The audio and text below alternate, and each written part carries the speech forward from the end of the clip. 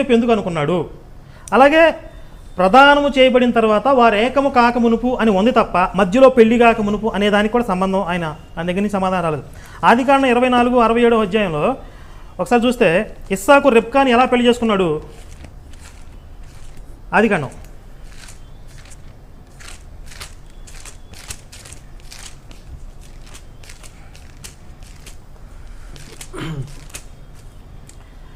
ఇస్సాకు తల్లి అయిన శారా గుడారంలోనికి ఆమెను తీసుకుని పోయాను. అట్లు అతడు రెబ్కాను పరిగ్రహింపగా ఆమె అతనికి భార్య ఆయన. ఆ చేయబట్టుకుని గుడారంలో తీసుకుపోయాడు. అదే పెళ్ళి అన్నారు.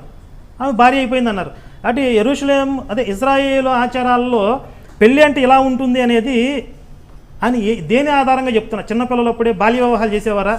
మరి భారతదేశంలో బాల్య వివాహాల గురించి మాట్లాడతారు. ఇంతకుముందు నిన్న ఎపిసోడ్లో ఆయన మాట్లాడారు, భారతదేశంలో బాల్య వివాహాలు ఉన్నాయని చెప్పి మీరు మాట్లాడారు. ఇజ్రాయిల్లోని బాల్య వివాహాలు ఉన్నాయి, పుట్టగానే పెళ్లి చేస్తారన్నారు. అసలు దేని ఆధారంగా మాట్లాడుతున్నారు? మీరు చరిత్ర ఆధారంగా మాట్లాడుతుందని అన్నారు.